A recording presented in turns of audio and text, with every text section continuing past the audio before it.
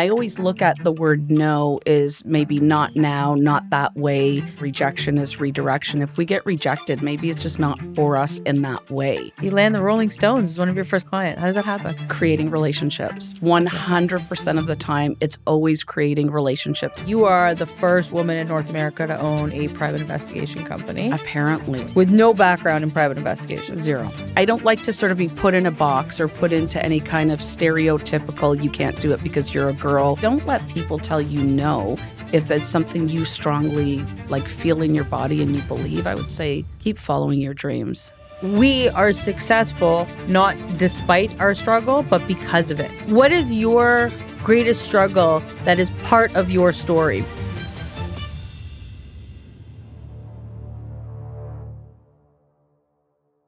Welcome back to another episode of Who Judges the Judge, the podcast intended to make you question the way you judge the world around you. I'm so excited for today's guest, Adrienne. Thank you so much for being here. Adrienne is a rock star by trade, former PR agent, then a private investigator. She owns the first female-owned private investigation company. And from that branched off to I Am Unbreakable, the podcast, the magazine, the event series. You do it all. I do it all. And thanks to you. You were a rock star yourself when we had our event the other day. So thanks so much for having me. I was just going to say, coming off a huge event sponsored by Scotiabank.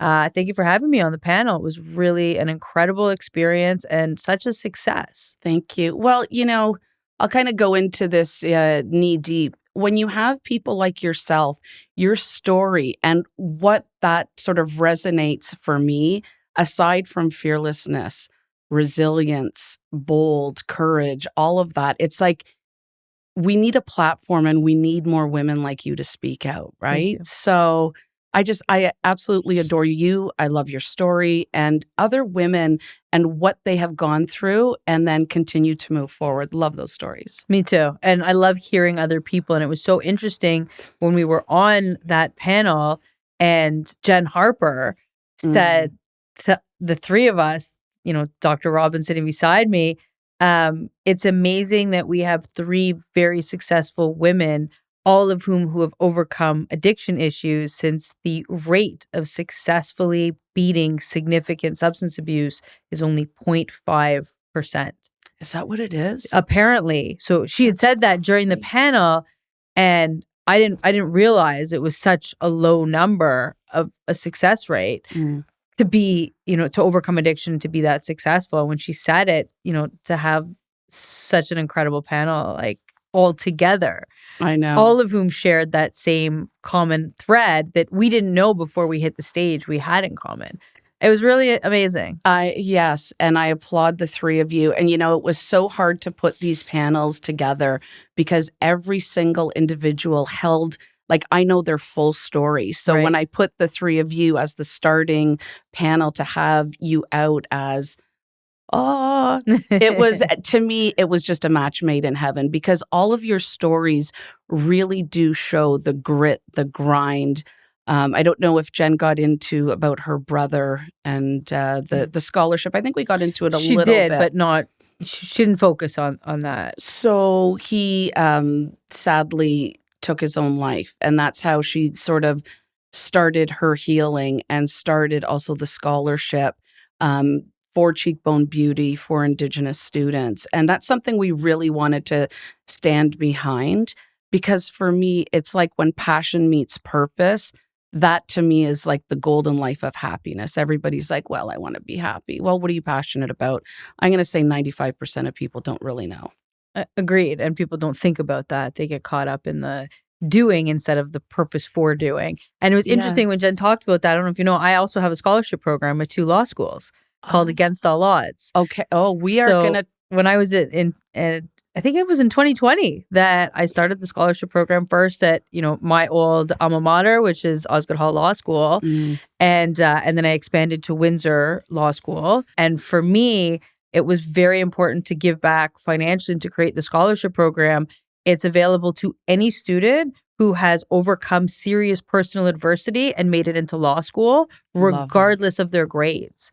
And when I started at law school, it was the only scholarship of its type that didn't have an academic component. Because for me, I understood that, if you're overcoming serious adversity, whether it's addiction, violence in the home, coming from a family with lineage involved in like the criminal justice system, like you're already struggling to get out from underneath the weight of that struggle, then maybe it is that your marks have suffered. But if you did well enough to get into law school, then you deserve, a little something extra to help you along the way. I love that. It was really cool to hear that Jen did something similar for her brother, in honor of him, to start off this scholarship for Indigenous students. Really beautiful. I love that. Yeah.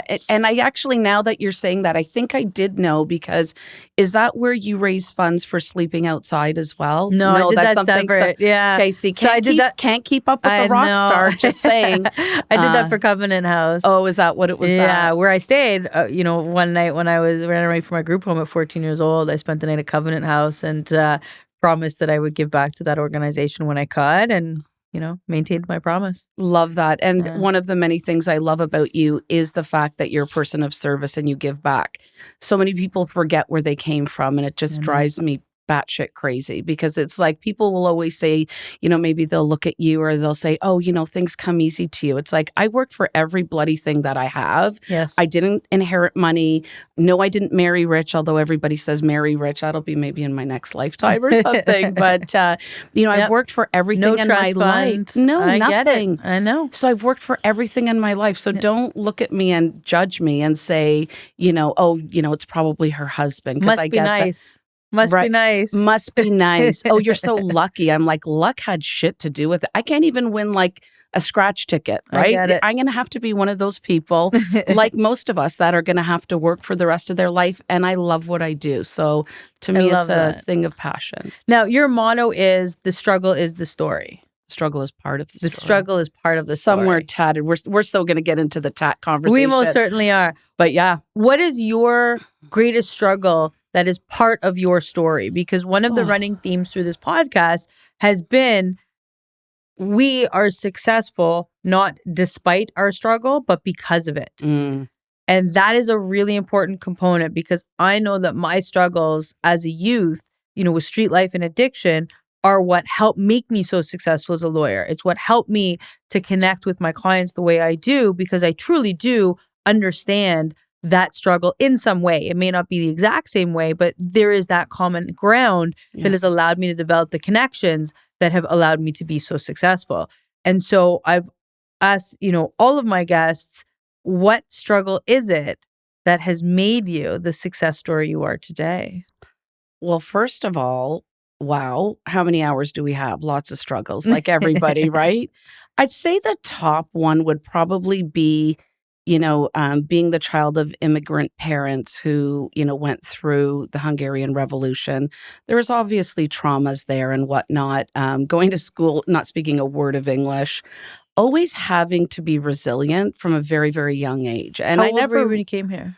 Oh, I was born here, but my parents came here in 56. But they thought it was a great idea not to teach me English and shove me into school. I was like, perfect, thanks, guys. But I would say probably being a woman has been a big struggle for me. But it was never something, I'm the younger sister of two. And my parents never said, you can't do something because you were a girl. They should have told me that's what we think, but it's not necessarily what everybody else thinks. And then I think I told you, I wanted to be a lawyer. And when everybody went to their guidance counselor and they were applying for whatever, my guidance counselor basically LOL'd me out of his office and was like, yeah, you're not smart. You're never going to amount to anything. Go marry rich, have a few kids, you'll be fine. And I was like, oh, he's still my beating heart. But I just sort of went, okay, so it's, not my path. But I still had to get through what everybody else thought of me. So I went into modeling because I thought that was going to be a great thing to do. Not so much, because even at like 95 pounds or something, I was considered fat. Wow. So just a lot of like adversity throughout my life, and a lot of loss. I've lost almost everybody in my family, some tragically, some naturally, but all very young. So I would say, living life to the fullest, realizing that life is a gift, nothing is promised to us. Wow. Lots of things like that. You were told you couldn't do things because you were a girl from a very young age. I read on your website that at 14, you wanted to do auto shop and not home ec. And Yes. you were told, no, little girl, you have to go and do home ec. And you successfully fought it and were the first girl in your school to enter the auto shop class. Yes. And it's so funny. Thanks for bringing that up because I totally forgot about that too. And it's not until I started writing my book did I actually sort of have to go back and say, geez, there's a common theme here. I don't like to sort of be put in a box or put into any kind of stereotypical, you can't do it because you're a girl or because you're this or that. And so many girls to follow after that, but it's kind of like, I know how to sew. I want to twist a wrench. I want to know how to change a tire. To me, that was a form of independence, right?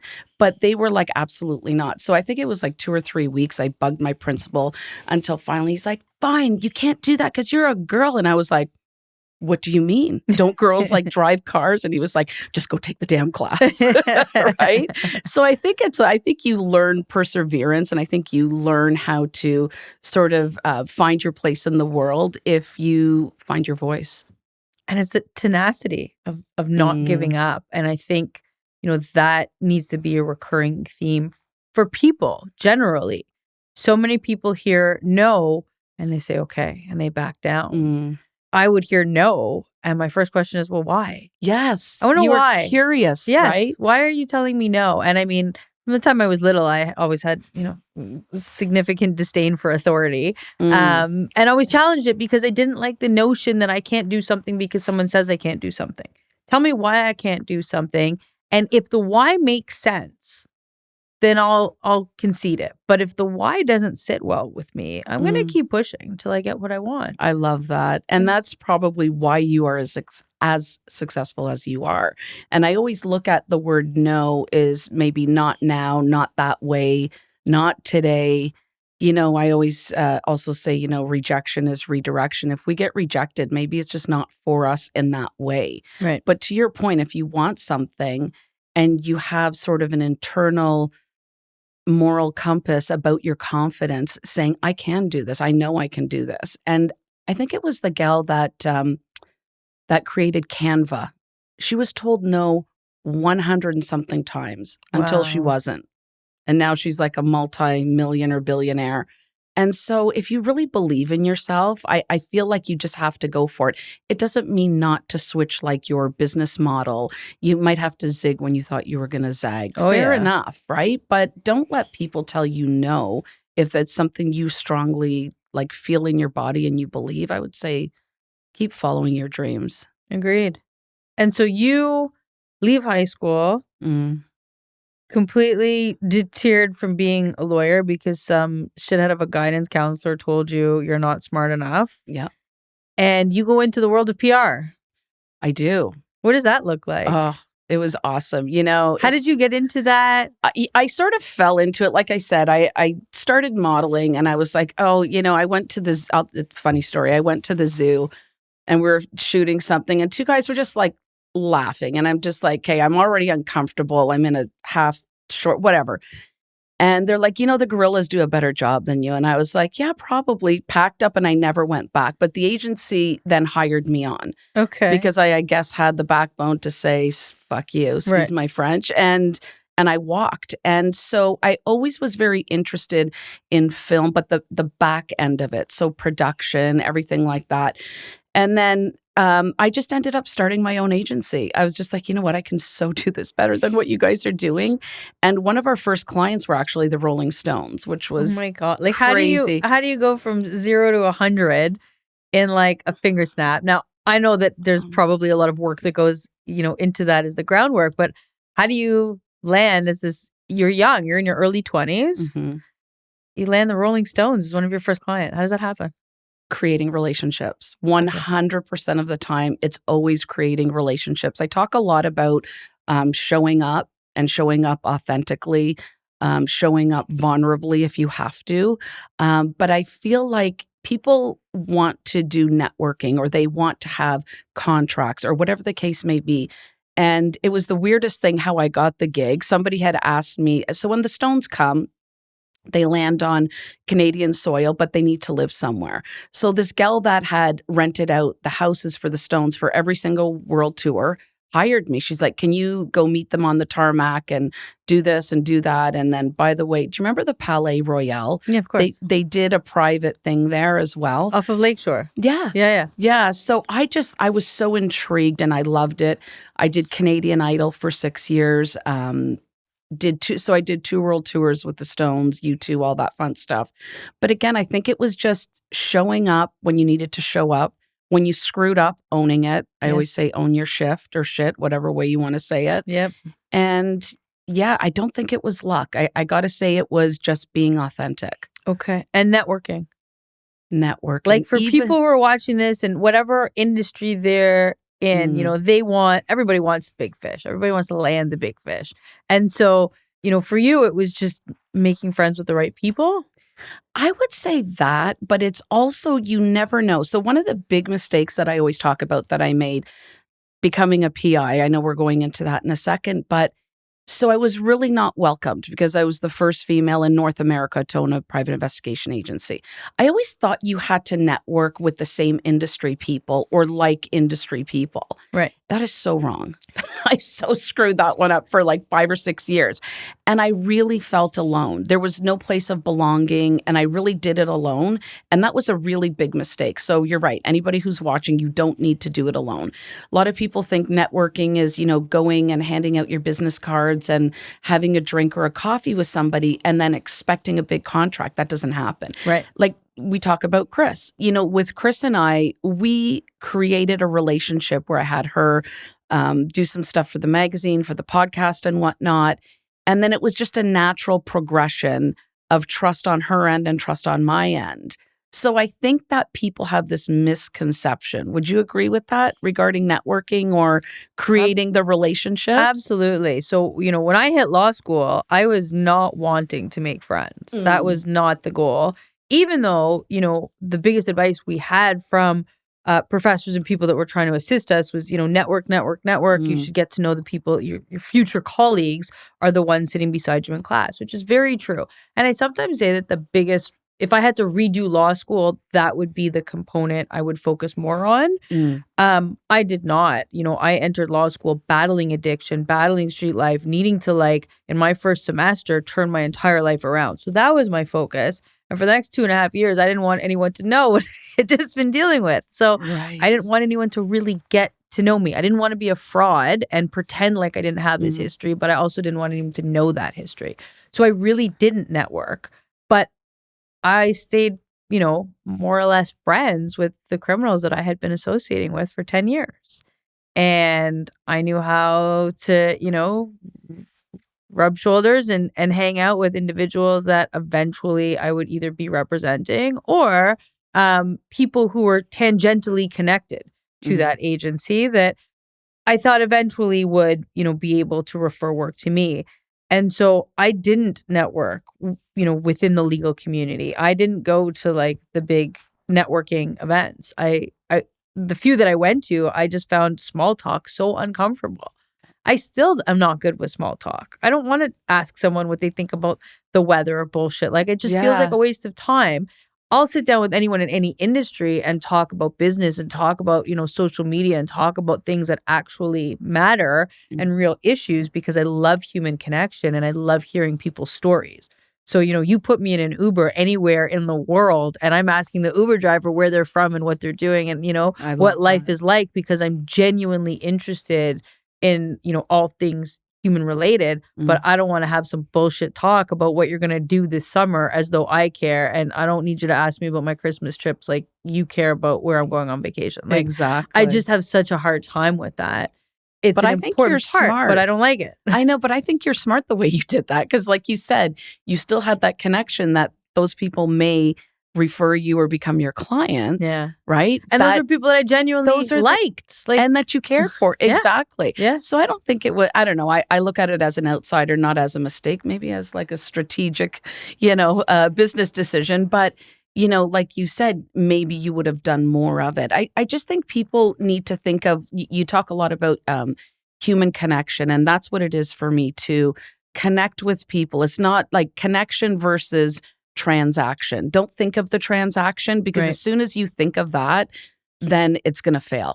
Just think about, like you said, do I like this person? Do I want to spend time with this person? Do I find them interesting? Yeah. And not everybody's for everybody. I know I'm not for Oh, everybody. same. And I'm not trying to be. Same. And it's funny because I don't know if you met Agnes or not. She was on our brand panel. She did some of my photo shoots, and a lot of times she was like, well, what about a suit? I'm like, I'm not a suit girl. Right. I've got suits, but they hang in the closet with the tag on it. Not happening. I'm like, I am comfortable in jeans and my rock and roll t-shirt. And she's Right. like, well, then you show up as you. I'm like, this is the 4th photo shoot. I'm not changing my image, right? And I think people really struggle with that. It's like, people see you, or maybe they see me, and they're like, oh, how can she show up? Because they maybe wish that they could show up more like themselves. Doesn't mean it's a rock and roll t-shirt or whatever, but I just go back to showing up authentically you. Yes. And I think people don't do that enough. And those are the people that you're just like, I don't have time for it. Yeah. And I don't want to show up in places where I can't be authentically me. Correct. And that's a huge tipping point. Like when I started my career in law, I started in civil litigation where I had my tragus pierced. So the little piece of, whatever, cartilage that's on the inside of your ear. I had both of those pierced and nothing else in my ear. The law at that point, the profession was so conservative that I took those out when I started looking for law jobs, because I thought I was going to be negatively judged about this like tiny little ring that was just in the center of my ear, but in like a sort of alternative place than the lobe. And so tattoos were covered, everything was covered. It could be hot as hell out. I would never take my blazer off. Like everything was completely covered because I was so scared that someone was going to negatively judge me. And it was only until I started becoming sort of, more successful, more recognized within my profession after I'd switched to criminal law that I got more comfortable in, expanding on those tattoos and bringing them down, which is something we're also going to talk about, because I know you also are relatively covered. Oh, yeah, both arms. And some other places that we're not going to go there right now. Fair. But I'm just kidding. I don't really care. As long as you don't ask me to show them. I'm not asking you to show anything. This is not a show where we remove our clothing. So you're going to stay that's another show. Yeah, no. That's not in the repertoire these days. So what I was going to say is, like, you showing up authentically you, would you agree? You said when you became more successful, but I think it's also a personal confidence thing too. For sure. For me, it was like, would I have done that in my 20s? No, like you said, you'd cover yourself and it was the industry and it was the whatever. As you get in your 30s and 40s plus tax, then you're kind of like, my mother, God bless her. I don't know if you met her at the event. She's 88 and she says stuff like, I'm just like, you did not say that out loud. She's like, I'm 88. Do I give a shit? And I'm kind of like, can't wait to be like you one day. Me too. Right? So I think it's with age and your confidence level in yourself and the belief that you have in yourself. Like, you're a good person. So a tattoo or, what I define as art or however I dealt with things in my life, that's part of me, like it or not. Agreed. So let's backtrack. You're 23 and you have your PR company and you're running around with U2 and the Rolling Stones. Are you showing up as your authentic self? I would say probably not. Okay. I would say that, when you're in your 20s, even when you're in your 30s and you're trying to make it, you're trying to sort of find yourself and prove yourself to whoever, mostly I think to yourself, and find your comfort space. I don't think I did. Okay. No. And so why do you leave PR? Really? Yeah. Yeah. Always about a boy. Okay. So I was very happily single. And then I met my husband. Your first husband? And no, second one. Oh, okay. I only have 2. It sounds like I've got 22, but no. So while the Stones and I are working together for we worked together probably for about 8 years-ish. I had 3 kids under the age of 4. I was doing all kinds of whatever stuff. And then obviously I decided to leave the marriage. Well, not obviously, but I decided to leave the marriage. So I was a single mom of 3. Thankfully, I had my mom helping. And then I met my husband, and he was a police sergeant when I had met him. I was in PR. He was always away. I was constantly traveling, and it just wasn't conducive to a life of raising kids, having a relationship. So I was like, so you're going to leave a recession-proof job with 100% medical and dental, and we're going to open up a PI agency. He was like, okay. I'm like, high five to you. And so I sold my PR company, and I just loved there is a law aspect to investigation. There's a lot of laws that we have to also follow and Yes. whatnot.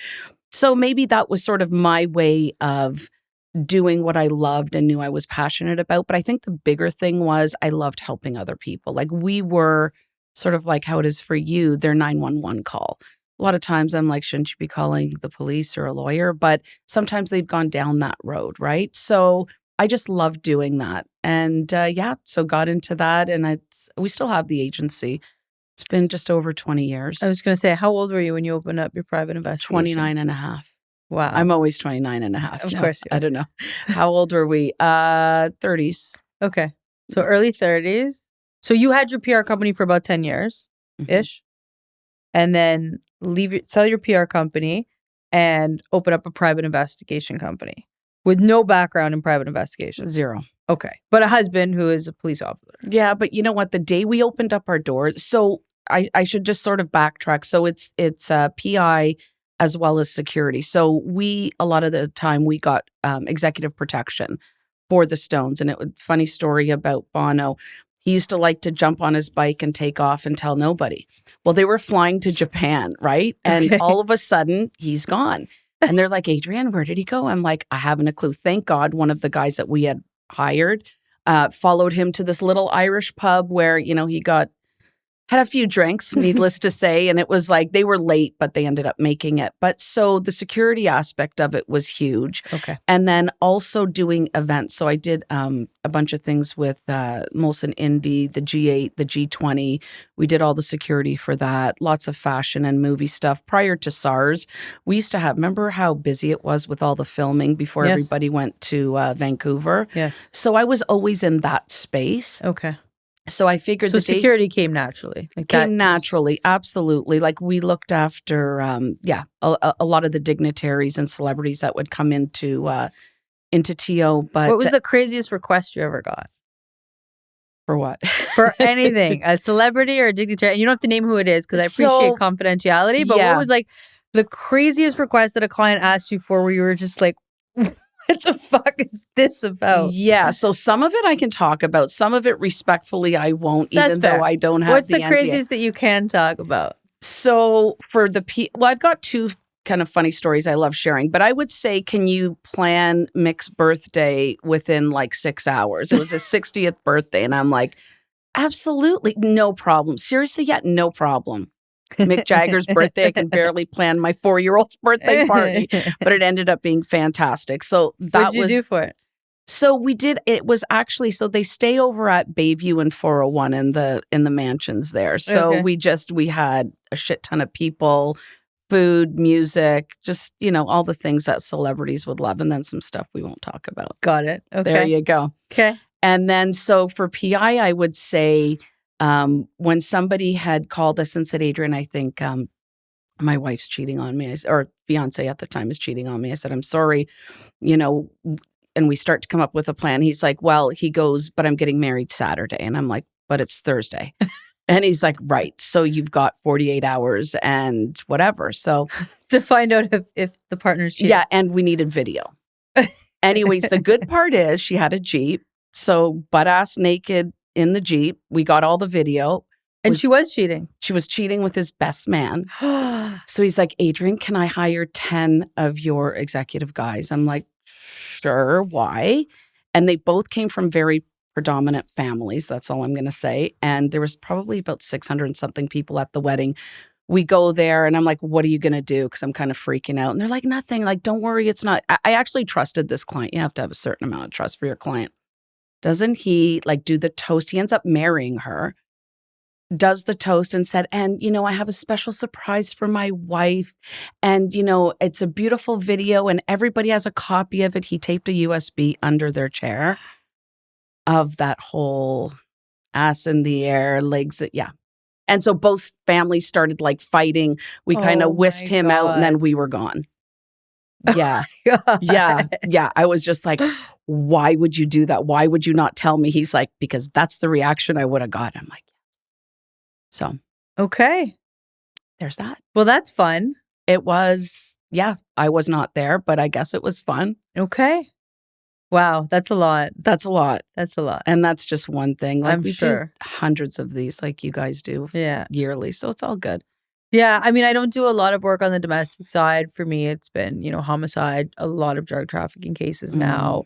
And firearms offenses has always been my focus. For a long time, it was robberies and home invasion. So, it's changed a lot, but generally street crime has been my focus in my career. Yeah. And what I meant by that, it's usually all chaotic. It's not like, oh, I just have this little civil litigation thing. It's always no, I left crazy nonsense. litigation I know.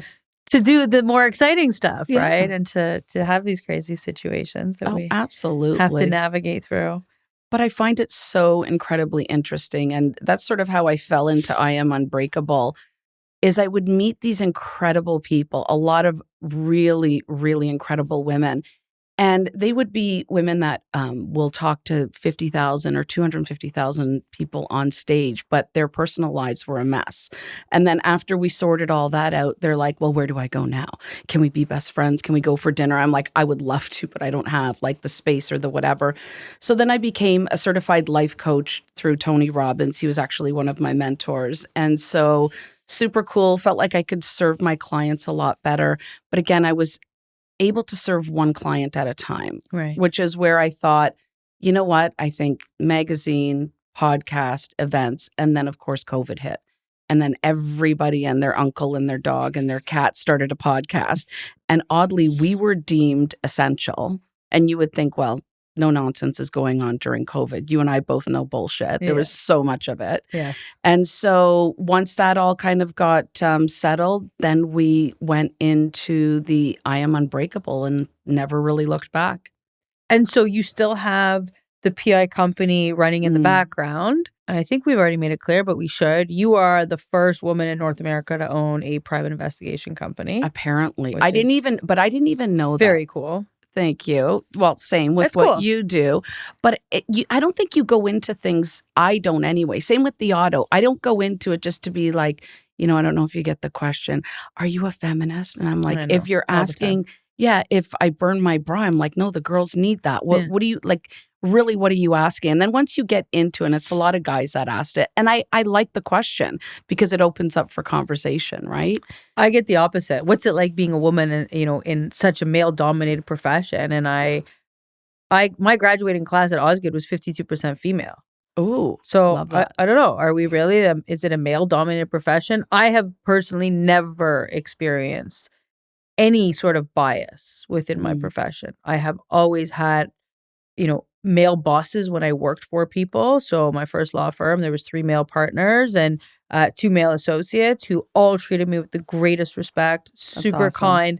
I never felt like made to feel less than, obviously not their equal. I'm a junior, but nonetheless, I was always treated with kindness and respect. And then when I switched to criminal law, I worked for, a partner who was a firm that was owned by one male partner, and he was amazing. I love that. Super respectful, wanted to train me to be a better lawyer every step of the way. And I've always said, I was never once diminished in any form or fashion for anything. And then even with my experiences in court, I've never had someone try to tear me down or make me feel like I didn't belong in that room. But I think it's because of the way I show up. I show up prepared. I show up confident. I don't walk into a courtroom acting cute. I don't walk into a courtroom, trying to use, femininity to my advantage. I come in and I just see people, when the judges, whether it's a male or a woman, I'm treating them the same, degree of respect. The same with the Crown Attorney. That doesn't faze me. So I don't feel any way about being in what's considered like a male dominant space. And I feel like you're the same. You walk in and there's a job to do and you're doing that job. These things aren't a part of the story and they don't need to be.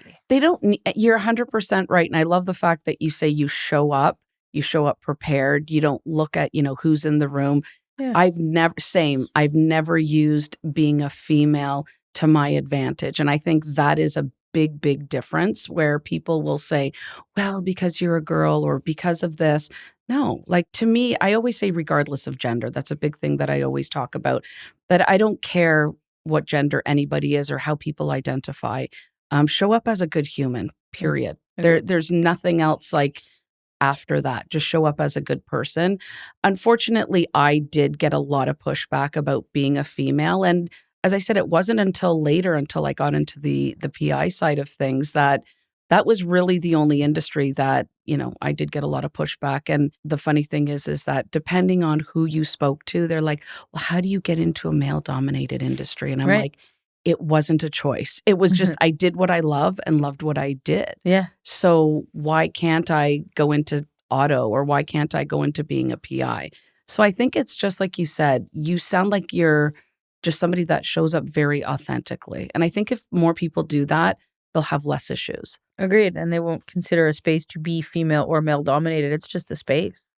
At the end of the day, it's just a space. It's a profession. And you show up and you do your job well. And, I'm there to service the client. And so ultimately, and interestingly enough, my clientele has always been, 98.5% male. Like I've generally always represented males, and I don't know if it's because of the type of work that I do, but yeah, I'm there for them. And so I'm going to present in the way that I think is most in their best interest, not in mine. I'm there for them. Exactly. No, and I love that. I think too that depending on who you work with, whether it's male, whether it's female, again, it really, to me, it doesn't matter. It is about showing up confidently, and it's also about showing up for them. So if you're a person of service, you don't show up for you to become the best and to get all these awards and accolades and whatnot, but you show up to be the best version of you. And some days it's not easy, as we all know, right? People are always like, oh, you've got it all together. And I'm like, if you only knew, right? If you only knew that, everybody has stuff. Would you not agree? Like everybody has stuff throughout their life. Sometimes it's easy. Sometimes it's not so much. I think I had mentioned to you earlier, I also have a junior boys hockey team because of all the stuff I do for women, right? Right. I thought it's important for our younger youth and whatnot. And, it's about showing up for them as well. Sort of told you a little bit about what happened this week, which was very sad. Let's talk about that. I think it's really important because, everyone to some degree struggles with some sort of mental health issue, whether it's, a diagnosis or a concern or just a really shitty day. And you push through that. So you recently had one of the boys on your team commit suicide. Yeah. And the reverberating effect of that is obviously felt, their family and the friends and the acquaintances. I mean, it's something that just goes through the entire community around someone. It's never just an isolated incident. Mm-hmm. And yet here you are showing up. I think we scheduled this a few weeks ago, 2 weeks ago. Yeah. You easily could have called me on Friday and said, you know what, there's been this situation that's come up. I'm not prepared to throw my face together. I don't want to wear your makeup. I don't want my hair done. I'm just going to stay in bed. Mm-hmm. But you didn't. You're here today showing up for your commitments because you want to honor that. Yes. Where does that strength come from? Probably my dad. I mean, he would instill in me. He'd wake us up at like 7:00, sometimes 6:30 in the morning on a Sunday. Get dressed, we're going out. We would go for a coffee, come back, we do nothing. It's always like early bird gets the worm, blah, blah, blah, whatever. So I think part of it was my upbringing, but I also feel like not only would I be letting you down, your audience down, I think I'd be letting myself down too. Because you're right. Yes, I could have. Do I feel shitty about it? Of course I do. Or we can talk about it and have those tough conversations, right? And I think mental health, I'm so passionate about it for many different reasons. I think I mentioned to you as well, I lost my sister. Actually, it'll be tomorrow on St. Patrick's Day in 2019 to something very similar. And I feel like the more we have those hard, tough conversations, we don't know who's listening to us, right? And so if you affect one life or 101, I know somebody needs to hear what we're saying and what we're talking about, that you're not alone. There's a place of belonging. There's help. There's people out there that get it. And, a lot of what you do, I think, is the same as just reaching out and having others hear you and know that they're not alone. I think it's incredibly powerful. Agreed. And one of the things that you did for the brothers and the father of the boy who had just committed suicide was have your tattoo shop open up after hours and do a commemorative tattoo in his honor, which is so phenomenal.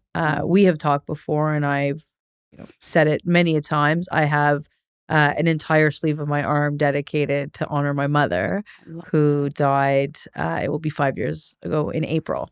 Oh, wow. And she was my person. Like I don't have connection to my dad. I don't have family. I do have siblings that are 20 years younger than me. It's really just been me and my mom my whole life. So losing my person was so devastating to me. And like you, I still showed up. I took 2 weeks off, and the first thing I did was a preliminary hearing for a client charged with murder, and went right into it. And it was sort of twofold. I needed to keep myself busy and focused. I needed to keep my business up and running, but I also felt like my career was such an honor to my mom, who saved me from being, this street junkie, that if I let her death jeopardize my profession and just, lied in bed and let my profession sort of fall to the wayside, I would be doing her a dishonor. Absolutely. That's what it felt like. And so the first tattoo that I did in her honor was actually my chest tattoo. So when people ask me why I have, a double strand of pearls tattooed on my chest, when she died, I inherited her pearl collection, and it was one of her signature pieces. So she would always wear pearls out to like grand events. And so I got this collection of pearl necklaces. I'm like, okay, I'm going to wear, pearls in honor of my mom. They were so fucking heavy and so loud. I couldn't be anywhere. I couldn't be in court with these like clinking around everywhere. Pearls. And at the office, like it was just so disruptive. And I was so upset because I was like, I have my mom's pearls and they were so meaningful to her and I want to wear them, but I can't. And I was like, fuck it, I'm just going to tattoo them. And so, part of that was just making that inner pain something that was tangible to deal with. I love that. And, spread it out on my arm and whatever. And I understand that you did the same thing to honor this boy who recently passed. Yes. So first of all, thank you for sharing that story. I love it. And as his family is in such grief. And so there was 3 brothers. The 2 younger ones had always been bugging mom and dad for a tattoo. And it was no, or do it like when something means something. So dad got tatted first, never has had a tattoo. Then the 2 brothers, then a bunch of like their very, very close friends. I think Xavier, who's my artist, I think he tatted something like 11 or 12 people that day. It was and the same tattoo? One. The exact same. I love that. Yeah. It's so meaningful. It's so, obviously I don't love the reason behind it. It's tragic and horrific. And, my condolences to the entire family. That's can't fathom what everyone in that circle is going through. But I think it's such a beautiful way for everyone collectively to honor this boy. Absolutely. And if I, that night, that morning, and it's so funny because it was the Friday night, they're like, we need to get a tattoo. And since you are the tattoo queen, where do we go? And I'm like, and it's funny. So my guy, like I said, shut it down for Saturday. They were so adamant about Friday. Finally, they're like, okay, fine, we'll wait. And then we had a memorial at the hockey arena for him the Saturday night. The kids were actually smiling. They're like, look, and even if it was for a second, right? It took them out of that deep, dark place, the grief that they'll hold with them forever. Yes. But it was just that moment, right?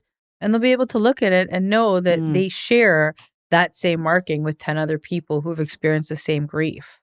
And so as much as we don't want other people to feel pain, sometimes there's, that connection where you have that moment of comfort in knowing that you're not alone in it. Yeah, I think so. And I think there's like 20 something other, like, because they have a big group like of the hockey friends and the whatever. They're all going to get tatted. I think mom's getting her first tattoo of like his fingerprint and stuff like that. So people do it for their own personal reasons. But I think there's usually always a deep meaning behind why you get your first. And then I think it just continues from there, right? It's just a snowball. It is. So you're now at a stage of life where you've, created, managed, sold your first company successfully, created, managed, continue to run your second company super successfully. Then you have I Am Unbreakable, which is the brand behind your podcast, your magazine, and your speaker series, all sort of together under this umbrella brand of I Am Unbreakable. What would be the motto if someone says to you, what is I Am Unbreakable? How would you summarize, the purpose behind this brand? Well, I would say the struggle's part of the story, and it's all about these rock star women or supporters, which I do want to touch on for one quick second. Absolutely. Because, talk about people that are doubting you. When I put this together, and my marketing team at the time, and they're no longer with me because they didn't understand the vision, I wanted to have men. Like it's mostly, yes, it is about these rock star women, but I wanted to also include men, because how does that make us any better if we're saying, oh, no boys allowed? Right. So even when we had them at the live event, everybody was like, well, only keep it to 15 minutes. It's going to be a roasting session. And you met the three guys. They're so lovely. And so when we were in the green room, like in the back, they're like, this isn't really a roasting session, is it? And I'm like, guys, sorry, it actually is. They're all like joking. They were like, Adrienne, no. And then they were like, you're shitting us. I'm like, yes, I am. So, I had the pushback about that. But so it is about just showing up authentically. It's about the obstacles, the struggles. It's about telling them. So other people that are going through shit, and everybody, like there's no paved highway. There, life is not a paved highway of everything's just okay or everything's great. To me, at least my life and the people I surround myself with, a lot of times it's an uphill dirt road. Right. So talk about it. How'd you get through it? How did it make you feel? How did you fall? Where did you fall? How did you pull yourself back up? Like that's, I think, one of the key features of people that I meet who are successful is that they have fallen. Several we have times. all fallen, and we have all had to brush the dirt off and get back up and keep going. 1,000%. So I would say that, and I'll tell you another funny story is a lot of people don't know this, but when my husband and I decided to open up the PI agency, it was a big, big financial thing. We had 4 kids. The little one, who's not little anymore, but towers over me now, had a lot of health issues, almost died. We went from, like I said, 100% medical, dental, everything covered to nothing. Wow. And I still took a chance on us. We maxed out credit cards. The kids were in hockey. We were like fucking dying. And I'll never forget going through Tim Hortons and looking for fucking change to buy a coffee. And so we like go under the car seat. And I think it was Matt found $5. And we looked at each other. It's like we won the lottery. And we were laughing, but crying through our tears, going, we are never going to fucking feel like this again. Wow. Right? So we just took ourselves out of that victim mode and just kind of went into, okay, I don't care if we have to work 18 hours, 22 hours out of the day, we're doing this. And we did. So I think it's, I think it's just, so anyways, we still have that $5. It's a reminder. It's like a tattoo, right? It's just a reminder of where you were. Right. And again, people are continuously going to be in the shitter. What do you do with that when you fall, when you fail? And so that is I Am Unbreakable. So that is I Am Unbreakable. And it is the stories like yours and other incredible people. I needed to have a platform. There's tons of great platforms and spaces for stories and for this and that, but not for the stories that are unfiltered. Like even your podcast, which obviously I love. You don't filter things. It's just, let's have that organic conversation. Let's have the tough conversations, right? Because we've talked about failure, rejection, suicide, this, that, and all the others. And that is so impactful. So I love that. Agreed. And so what's next? What's next for whether it's I Am Unbreakable or just you? I don't know. It's so funny because whenever I say I've got an idea, everybody disperses. Because I was just going to do the podcast and the events. And, and when I said, I've got an idea, let's do a magazine. Everybody's like, oh my God. But anyways, it was a necessary must. So I think just really focusing on that right now, that's my passion. Okay. It sounds maybe flighty to some people, but I'm always very open. I don't really start anything and say, okay, I'm going to go to law school. Like I'm not that focused. Right now, the stage in my life, it's like if something comes up that I'm passionate about, like I think I'm going to do a lot of work. For example, I've got 2 not-for-profits and just doing the whole service of others and sharing other people's stories and allowing them the platform to do so. I think that's going to be my next few years for sure. I love that. So if anyone wants to read your magazine, where do they find it? Oh, geez, they can go to, and so if they want a physical copy, they can go to Indigo, Chapters. There's a whole bunch of other stores on our website. Digitally, they can find it on Apple News, on our website, lots of various places. And the podcast? Your podcast? No, yours. Oh, where do people so find your podcast? So they can go, YouTube. That's where it usually lives. I Am Unbreakable usually lives there. On YouTube. Yeah. Okay. And the website is iamunbreakable.com. Okay. Thank you. Amazing. So much fun. I encourage everyone to please check out I Am Unbreakable if you like this podcast. Very similar themes, but a whole host of other extraordinary women who have come on and shared their stories and tried to give some insight and some value to the listeners. I love that. Hopefully we've done the same. Yes, absolutely. Amazing. Thank you so much. Thank you for having me. Of course. Another episode of Who Judges the Judge.